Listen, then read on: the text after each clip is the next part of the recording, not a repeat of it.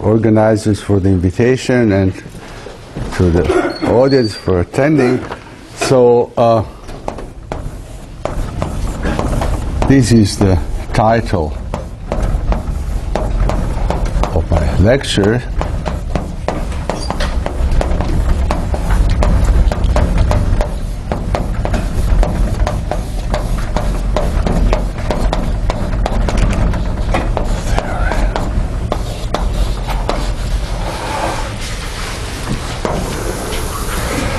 Now,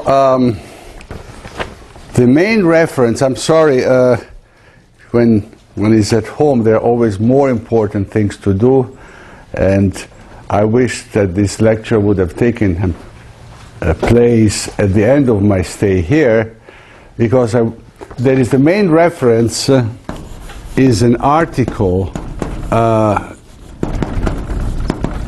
which I should say in preparation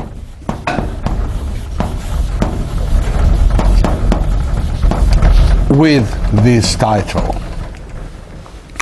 And so up to now I have a preliminary version, some 50 pages, 60 pages with some, each day I find some small mistakes, but I hope that I will be through in 3 weeks after I leave KAIST, or at least I had promised.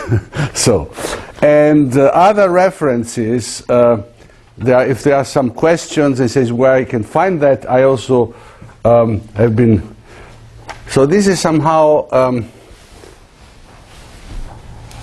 it's one aspect of moduli theory. I will also refer to other aspects. There was this article which you can find on the archive. It's called A Superficial Guide to Deformations and Moduli, and it's appeared in the Handbook of Moduli, where also the article by Radu Laca is appearing. And another reference for some things which I will treat here is my CIME course, appeared so 2003 and appeared in 2008, and somebody was late. So these are the references, and the title I can skip it. And now, well, what is the plan? Here it's a general philosophy which I want to explain now. So let me do the plan for today, or at least for the first 1.5 lecture, is the following. So first, let me call it proemium. So I will explain what we are doing, and second, I will recall the notion of K pi 1 space. Then I will explain the Bagnera-De Frankis varieties.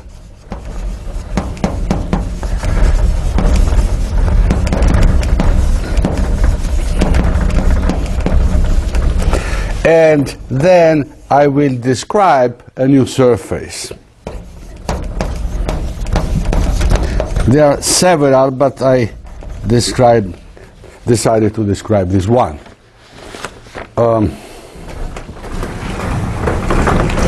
So the proemium is like in Homer's. You just tell what will be the content of the lectures. Instead of speaking about warriors, we will speak about essentially, so proemium.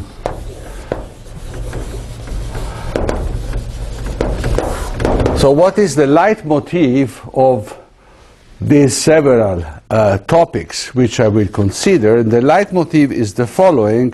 Classically, one constructs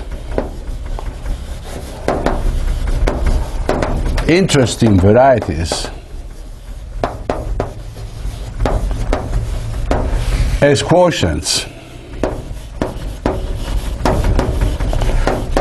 x over G, where G is a projective variety and G is a finite group.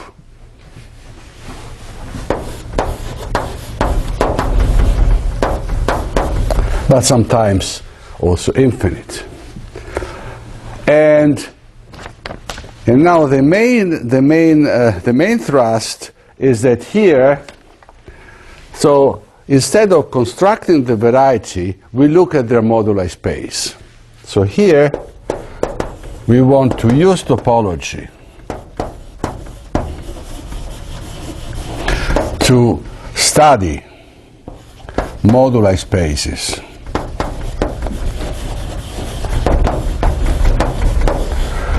of some of these quotients.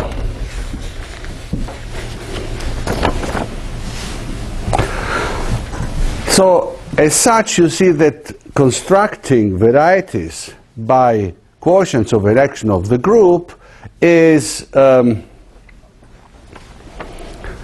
it's a method which we use. So I want to recall classical results. So let me explain the Mumford theory of theta groups.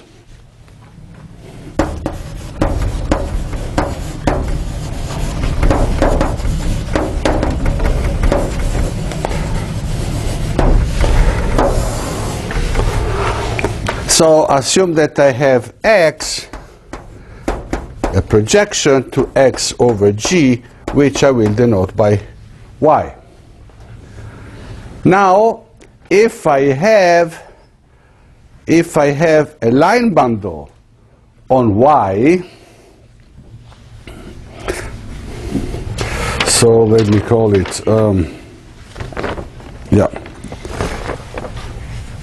so if L prime is a line bundle or invertible sheaf on Y, well, you know that the inverse image L, the inverse image of L prime, is a line bundle on X.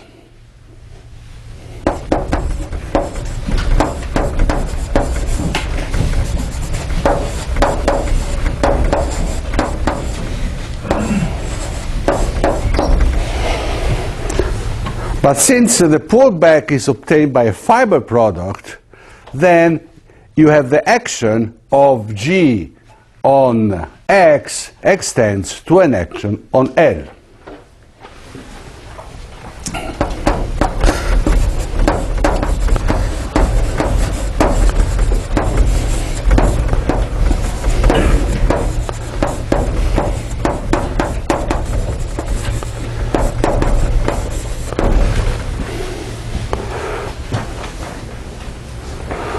Whenever, if there are questions, something is not clear, please interrupt me. It's no problem.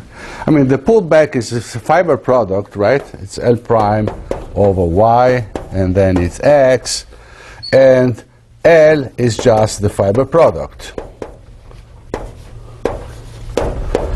And so GX on X, and GX trivially on L prime, and so it acts on the fiber product. And so what we get a G-linearized sheaf. So L together with an action, so we get a G-linearized sheaf.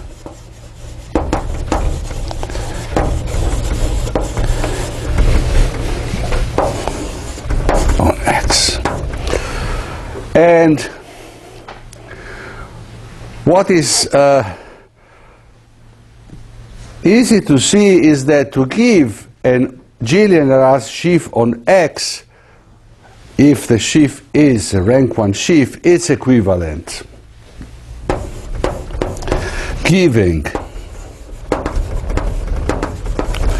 a G-invariant divisor D on X. So this divisor D is not necessarily effective, okay? But it has the property that it's invariant by G. And then you know that to a divisor, because then gx on L is defined O of D. These are the rational functions whose divisor added to D is non-negative. Yeah? So this is O of D are the functions f such that the divisor of f plus D is positive. Let me be a geometer, not an analyst. And this condition is G invariant. So Gx on this sheaf. And essentially, it's a little bit, well, I like to be short also, not only because time is limited, because if the shorter, but essentially there is a lot of descent theory, which means that giving an invertible sheaf downstairs is the same as giving a linearized sheaf upstairs. And so it's the same as giving L prime. But now, now you construct y from x. And so the philosophy is we want to construct divisors downstairs. And so that's why the approach becomes interesting. I have a line bundle on x. Does it admit a linearization? So the Mumford theta group, so it's so L admits a G linearization. I hope you doesn't bother you that I write with shortening. Admits a G lin means a G linearization. This implies that for each G in G, then G upper star of L is isomorphic to L. Or, so linear equivalence, okay? There exists an isomorphism of the sheaves. And so the definition which Mumford gives is that assume that this condition holds. So if star holds,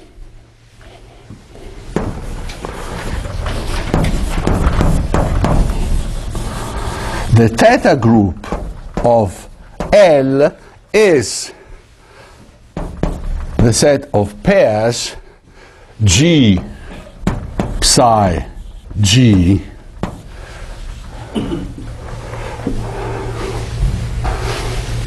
such that psi G is an isomorphism between G upper star of L and L.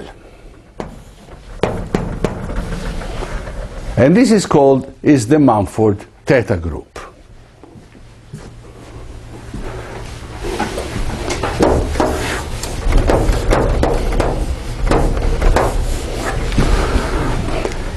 Now, from the definition, you see that to each such pair you associate G. So we have, there exists an exact sequence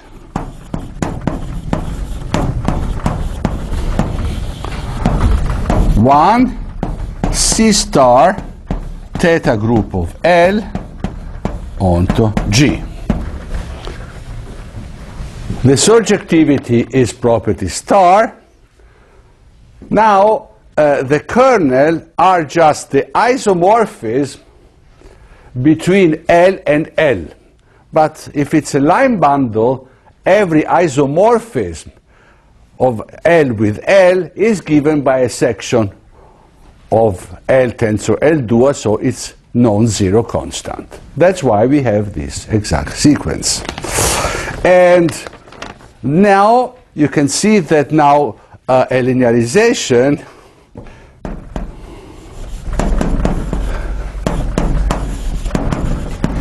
is equivalent that you can find an action on the line bundle, so it's a splitting.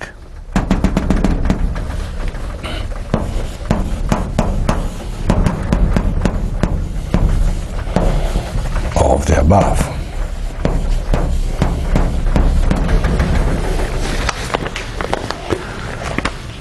And now here we see that already there comes topology into play, because these extensions you see, C star is in the center of the theta group.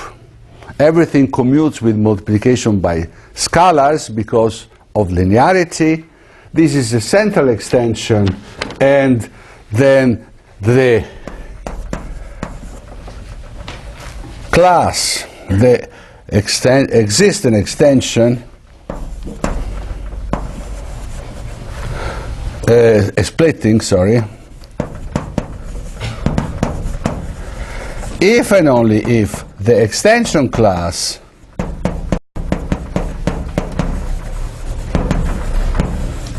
this extension in H2G C star is equal 0. So this is a relation with something which I will discuss on Friday. So we see here already a relation with topology. What is the cohomology of a group? And this is related. This is one of the big topics. So you are working with SOGX freely or no? No, not yet. Then how can you descend to the Riemann group? Okay, here you're right. There are some local descent data. No, but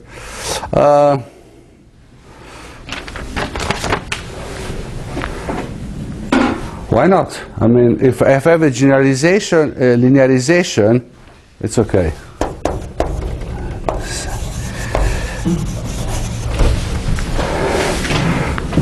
You just take the G invariant sections, and this is a module over the function downstairs.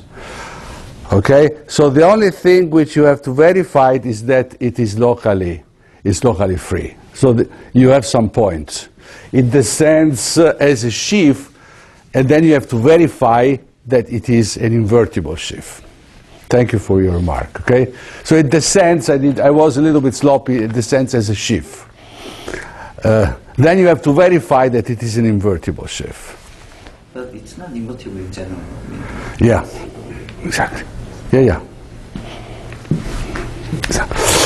Okay, so we have this extension class, but what I wanted to say is that there are several, even if there is a linearization, true linearization differ by multiplying by a homomorphism. And so, okay, so the upshot is that remark two splittings differ by a character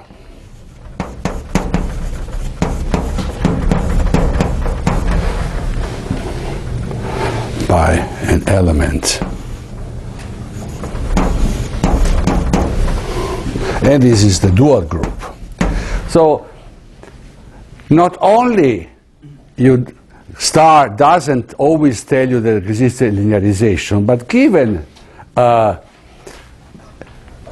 sheaf which has a linearization, you can have other linearizations. Okay, so this is the first. So let me give a standard example. Okay, so the main example, I mean, Mumford, you find everything in his book on abelian varieties, because abelian varieties are just the source of inspiration of all these group actions and cocycles. So assume that E is an elliptic curve,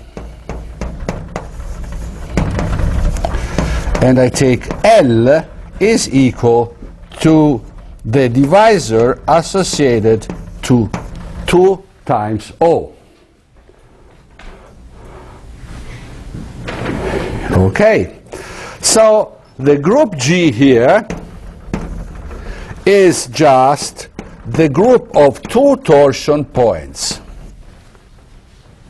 So this is just, two torsion points. And this acts by translation.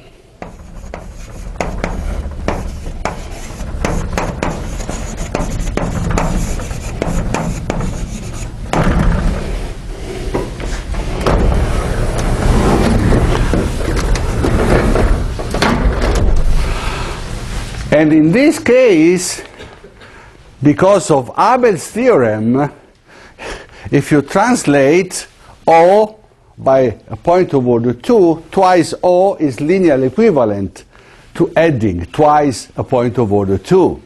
So here, star is satisfied.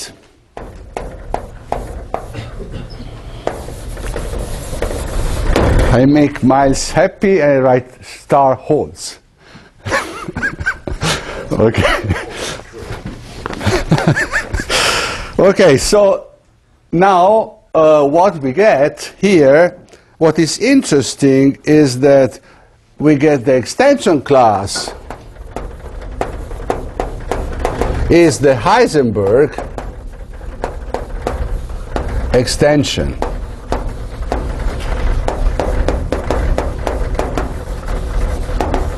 So I don't have to rewrite an extension of Z2 times Z2 by C star. And there are many ways of describing this extension, but the simplest one, which is somehow is like a paradigm taken by Mumford in his theory of abelian varieties, is to describe this as it just says that V H naught of OE to O is the Stone von Neumann representation.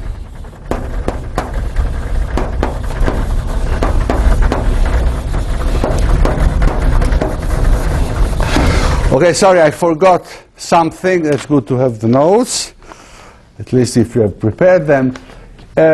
You see that here, one can use this criterion to show that there exists no linearization.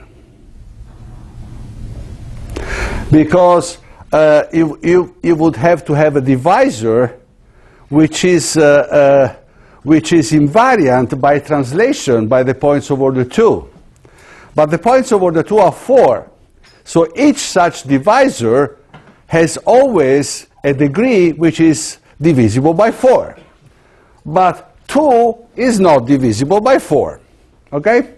So using this criterion, you see that there doesn't exist a G linearization.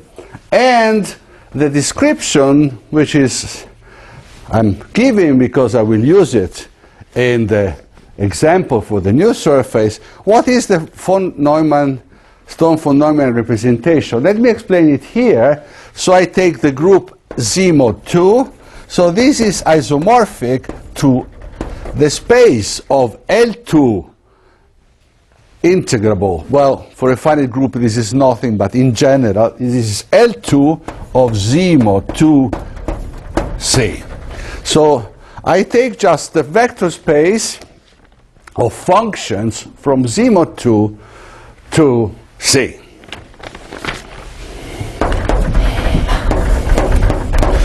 And this is has as basis the characteristic function of the point 0 and the characteristic function of the point 1. It's a two-dimensional vector space. Okay? So this is the vector space, and I have to say what is this exact sequence in this case. So now the theta group is generated. So C star is just scalar multiplication, is generated by Z mod 2, Z mod 2 acting by translation. Translations on Z mod 2. So what if I translate in Z mod 2, 0 and 1, 0 goes to 1 and 1 goes to 0. So I get x0 is exchanged with x1. And then I have Z mod 2 is just the dual group.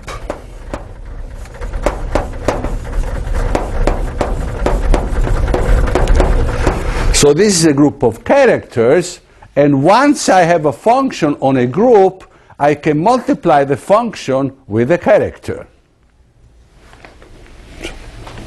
So multiplying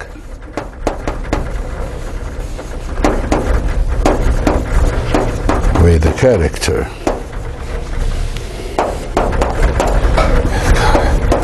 So in this case, there is only one character, which is not trivial, and is the character which has value -1 on 1 and 1 on 0. And so this transformation xj goes to -1 to the j xj.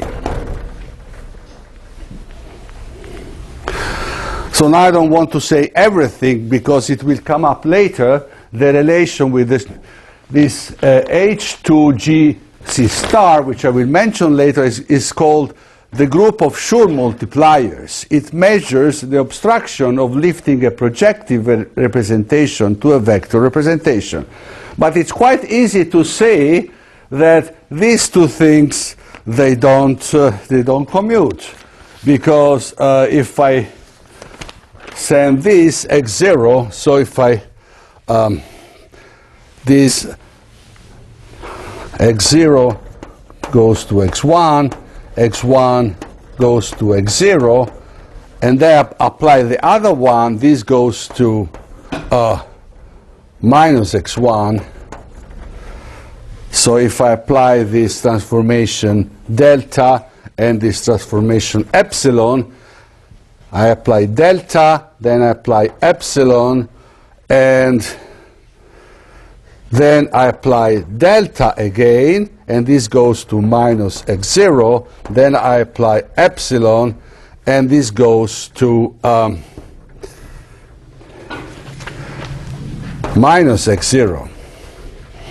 So you see that delta epsilon squared is not the identity, and delta epsilon squared, delta epsilon to the fourth, is 1.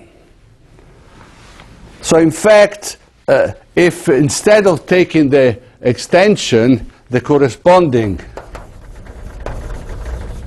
extension 1 plus minus 1 Z mod 2 squared, so these elements, they Z mod 2, these two elements, delta and epsilon, commute up to scalars. But they don't commute, and in fact, it's an easy exercise, since you get this element of order 4, that you get the dihedral group D4. Okay, so this is, let me call it, even if I'm not in Germany, example 1, because I will use it later on. So one classical method in these constructions is this method of theta groups. You analyze the theta groups, and if the extension class splits, then you construct many line bundles downstairs. Okay, then there is another method. Could I erase the announcement?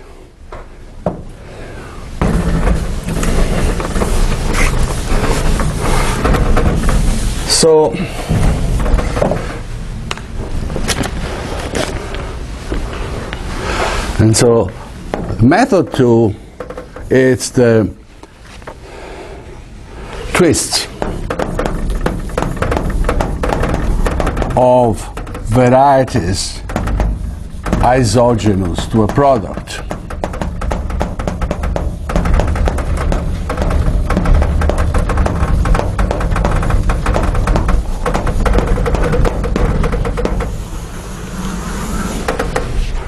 Okay, so this is, let me explain the ideas. The technique becomes, but this idea was quite useful that we had long ago with Ingrid Bauer and Fritz Grunewald. We had a paper proving that the action, there is a faithful action of the absolute Galois group on connected components of moduli spaces. And unfortunately then I realized that there was a mistake, and for many years I couldn't repair it until a very simple classical idea, twists. So what is a twist? So assume I have G x on x and on y. So it follows that G times G x on the product.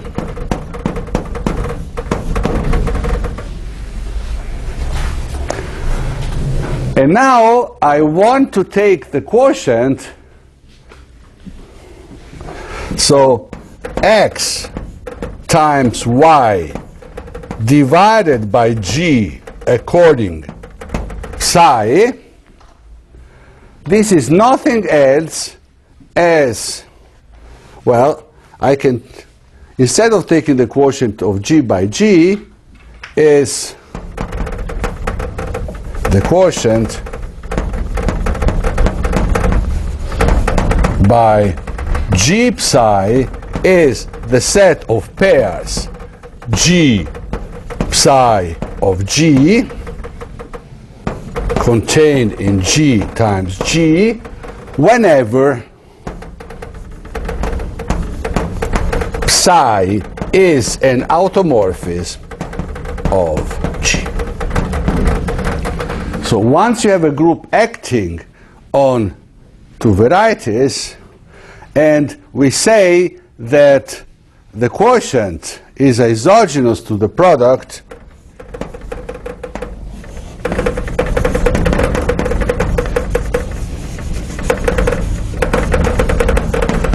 if the action is free.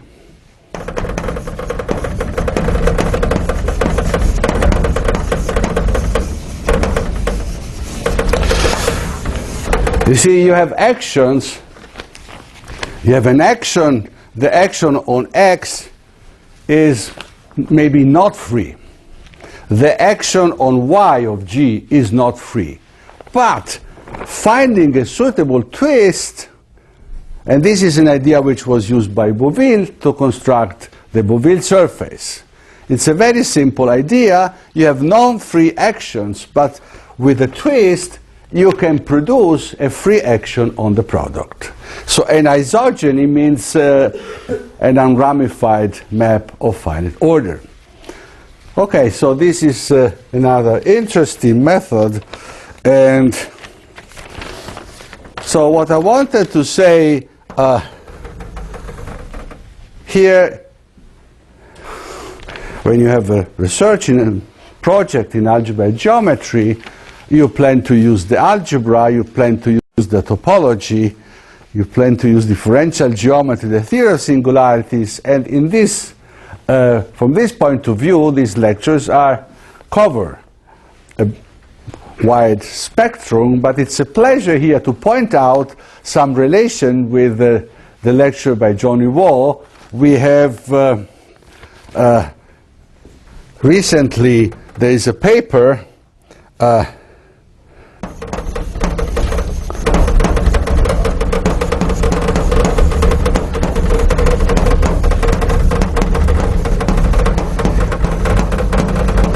so we have a joint paper where I do the surface part and he does the application to singularities, and it's a paper which is already on the archive, and it's a paper for the 60th birthday of Lazarsfeld.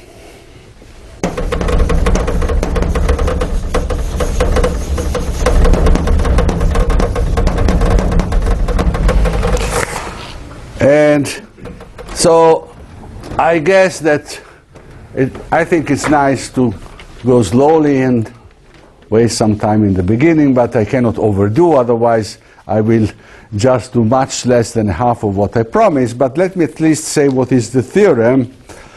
The theorem is the following: for each r is equal to n minus 3, and the only condition is that n should be at least 7 and relatively prime, so not divisible by 2, 3, and 5. These are the bad characteristics. And then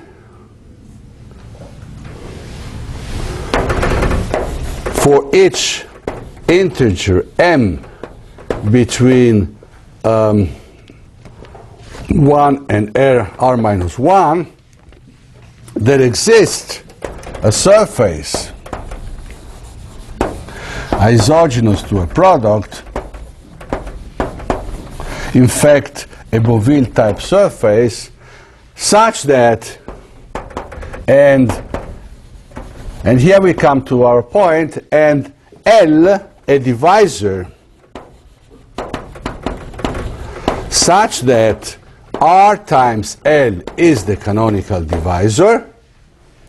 So the canonical divisor, so K is a surface S. So the canonical divisor is divisible by R.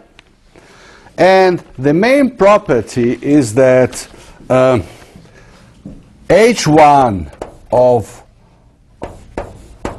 Ks is 0, so the irregularity is 0, but H1 of OSML is different from 0. Okay, what is the meaning of this theorem? The meaning is that the graded ring associated to L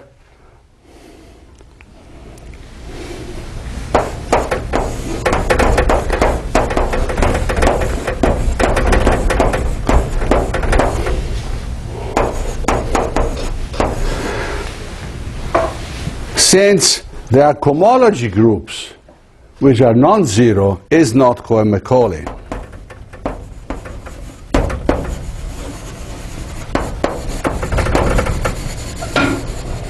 On the other hand, there is a subring which is the canonical ring.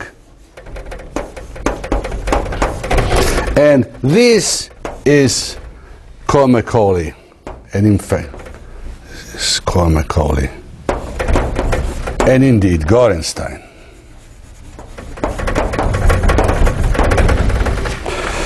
And so in fact, Johnny will explain this. I mean, he's constructing from this a very simple construction, some threefold, which is Cohen-Macaulay, Kx is Q Cartier, but the index 1 cover is not Cohen-Macaulay.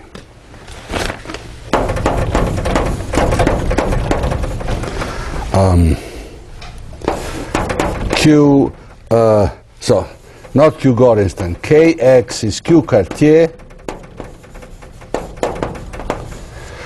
and X is Cohen-Macaulay, but the index 1 cover is not Cohen-Macaulay, and so is not Q Gorenstein. So there is something in this complicated definition of Q Gorenstein. You must require that the index 1 covering is Cohen-Macaulay, and somehow well, it's pointless to give the proof, but the idea is to construct the surface as a quotient of this type. And you must have the freedom to choose this twist. Then you construct this divisor L from a divisor on the product of two curves, And there, again, you have the choice of the linearization. And then, so what you, at a certain moment, you have to calculate the cohomology groups. For the cohomology group, you use the QNet formula and the invariance, and so you use representation theory. So the tools are just G linearization, C twists, and the last tool in the recipe is simple representation theory. So this is the premium. So I will return to this example here, okay? And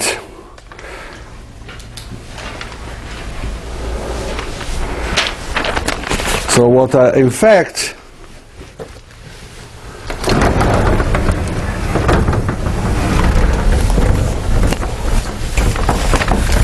what is the nice property? The nice property of the von Stone, I mean, you see this, here I took a group Zemo 2, but this von Stone von Neumann representation, you can just do it for any group. This is the idea of Iguza before Mumford. You just take any group, and then the group X by translation on the functions, you can multiply by the characters. If the group is abelian, then you have this representation. And now the crucial calculation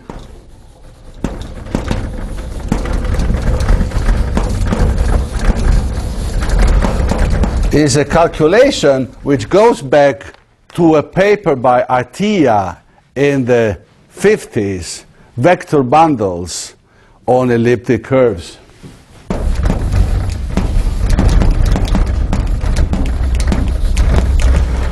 So what this approach is not only for an elliptic curve, but indeed for all abelian varieties, for all divisors, you take the kernel of the map to the dual. This defines, and then you define the theta group. Now, the crucial calculation is that V tensor V is the direct sum of C key, where key is a character of G.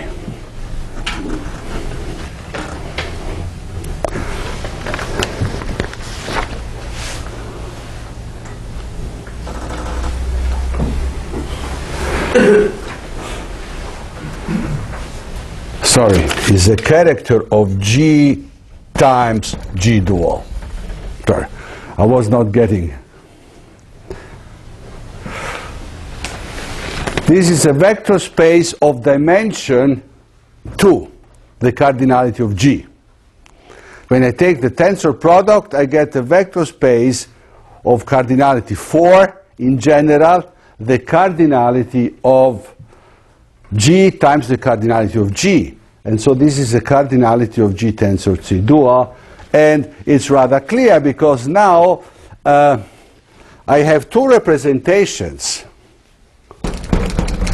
I take twice the same representation. Okay? So assume, let me do the calculation. It's a general fact, but we don't have time. It's much easier to understand in this trivial example. Trivial, but very illuminating example. So the character multiplies this by -1, and also character multiplies y1 by -1. And so you see immediately that wherever this, the invariant should be x0, y0 plus x1, y1, you see is invariant.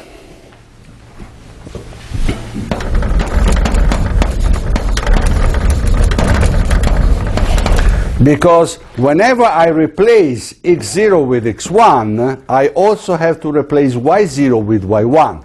So these two elements are exchanged.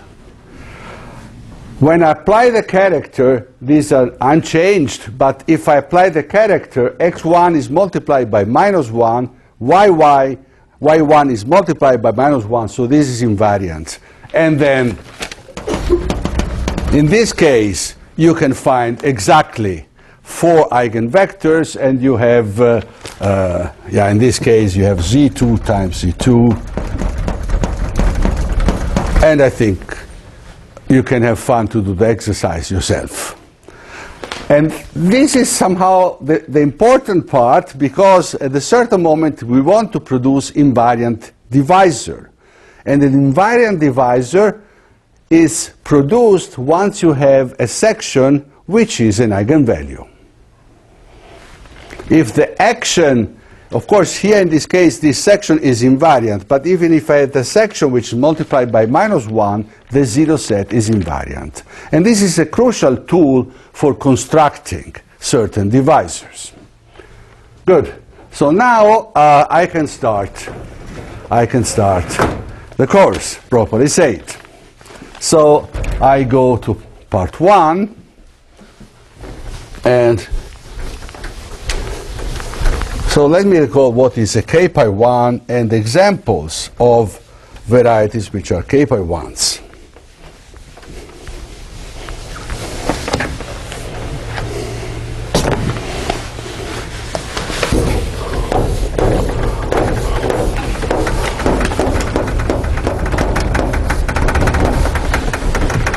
Or if you want kg1. It's called k pi 1, but since it's a group, it should better be called G. So what is a k pi 1? So definition. So there are two cases. So there is a general definition and a more general one. So definition 1 assume that G is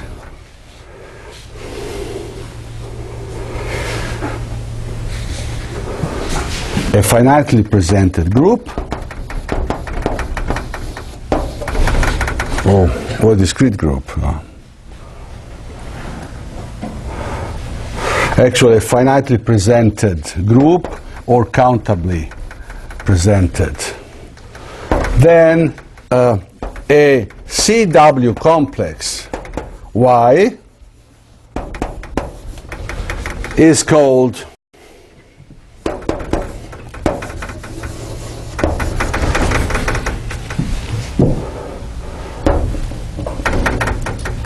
a KG1 space, or sometimes denoted that Y is BG if and only if all homotopy groups of Y, the first homotopy group, okay, so I should add a connected.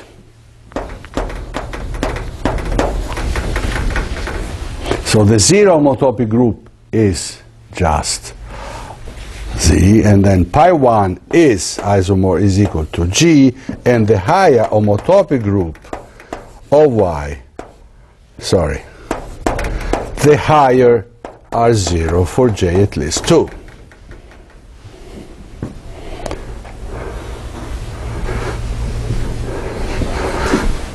This is the definition. Equivalently, you know that we take, I say, a CW complex or a good space which is locally pathwise connectedness, semi-one locally connected, so there exists universal covering, or this is equivalent to say that Y is the quotient EG divided by G where EG is a good space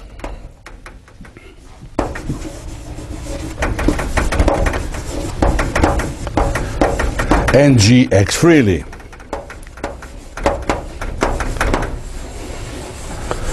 So this is 1, 1, this is 1, 2.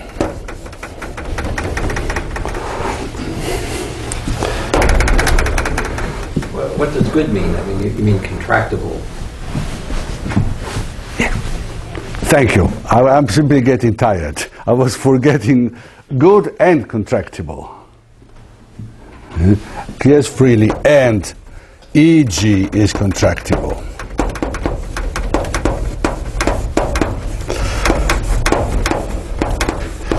So it's always good, even if you don't give a proof, to sketch a proof, then you realize that you are missing something. So the main point, you see that EG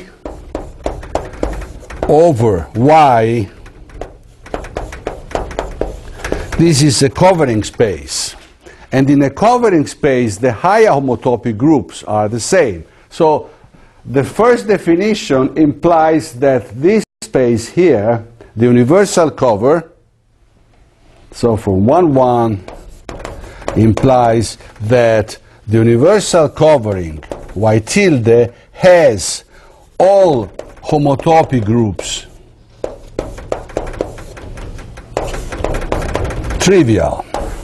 And since now you use a theorem of Hurevik's that a CW complex with all trivial homotopy groups is contractible. Now,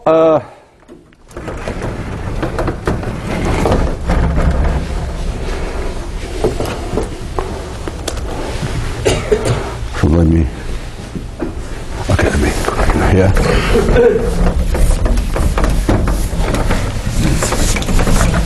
Now you see that now we write BG and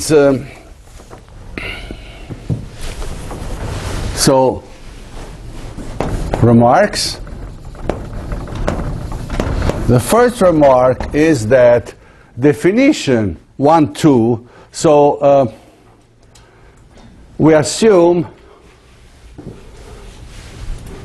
so X freely, and as you see I forgot to say, and properly discontinuously.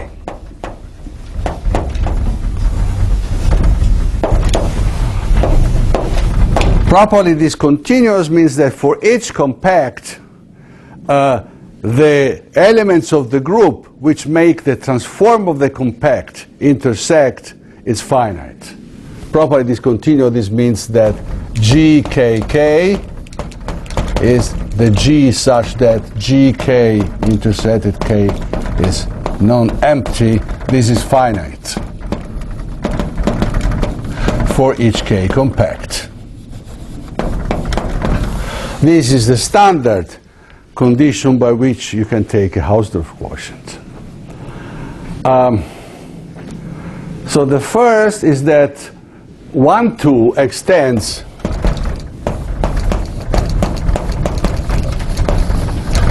also to the case G is not discrete.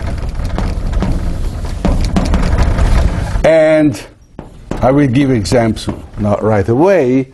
And second, that a classifying space is unique up to homotopically equivalence.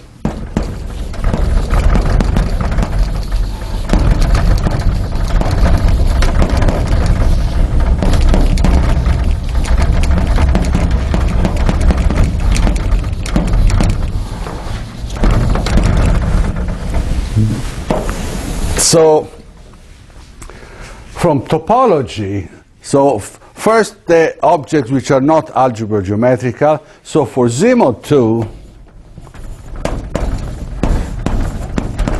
this is the infinite real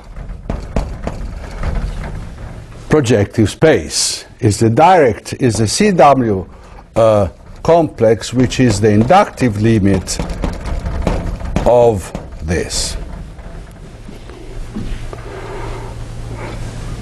And because this is just the S infinity divided by plus minus 1. So S infinity is the limit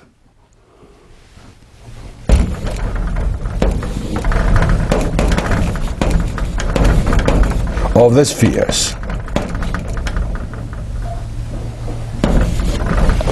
So the n sphere is contained in the n plus 1 sphere, n plus 2, and then you take these limits, and it's easy to prove that this space is contractible. The action is free, so this is an example of a classifying space in the discrete case. In the other case, you take the classifying space of S1, and this is just the complex infinite dimensional projective space, which is the limit of the spheres of dimension 2n minus 1, and projective n space is the quotient of the sphere in Cn, so it's a sphere of dimension 2n minus 1 divided by S1. So now we have a contractible space, so this is, let me write it as S twice infinity, or the limit is the same, so this is divided by S1. So in one case we have a contractible space and a group of order 2 acting freely, and in this case we have a contractible space divided by the Lie group S1, an infinite non-discrete group, but it acts freely. And well, this is not algebraic geometry. Now, somehow we are unlucky that we think that a small group then implies that the corresponding space is simple, but it's not so. So fortunately, we have if the group is Z mod n, okay, then it's easy to find a space, contractible space, then B of Z mod n is just the torus Rn, which is contractible, where Z mod n acts by translations. And now you see that if n is even, then we get Ck divided by some lambda. Lambda is isomorphic to Z mod 2k, is a complex torus.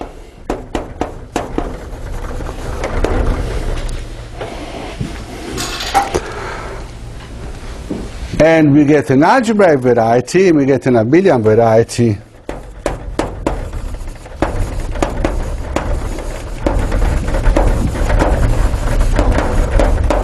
If and only if there exists a positive line bundle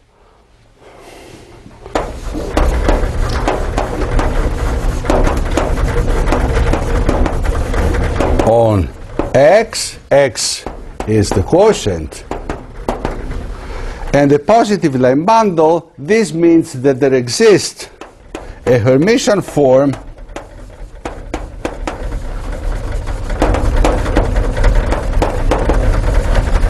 on C to the k, such that the imaginary part of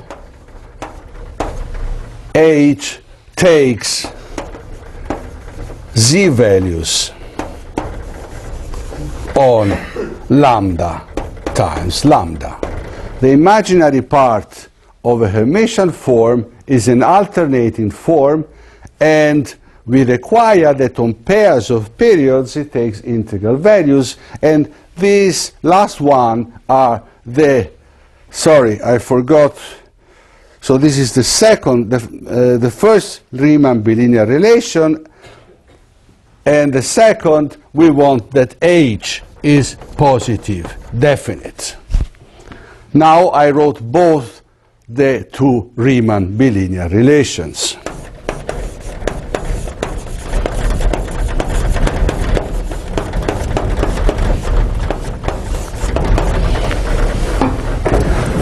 Okay, so let me explain what I will do in the afternoon. So there are some elementary remarks, is that if I take a product group, so remarks, is that a classified space for the product of two groups, the fundamental group of a product is just the direct product of the groups. So this is just BG1 times BG2.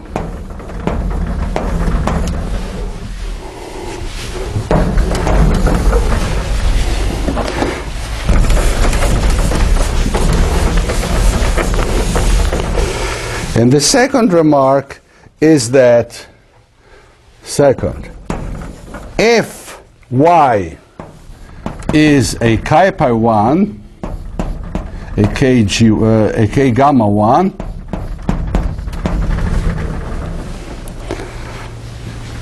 so the universal covering is contractible, and G acts on Y freely,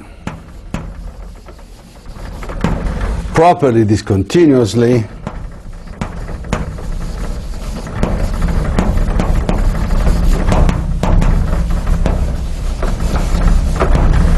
then if I define by Z the quotient of Y by G, and I define by pi the fundamental group of Z, then we get an exact sequence 1 gamma pi G, and Z is a k pi 1. So in our notation, we say if G is finite, we say that Z is isogenous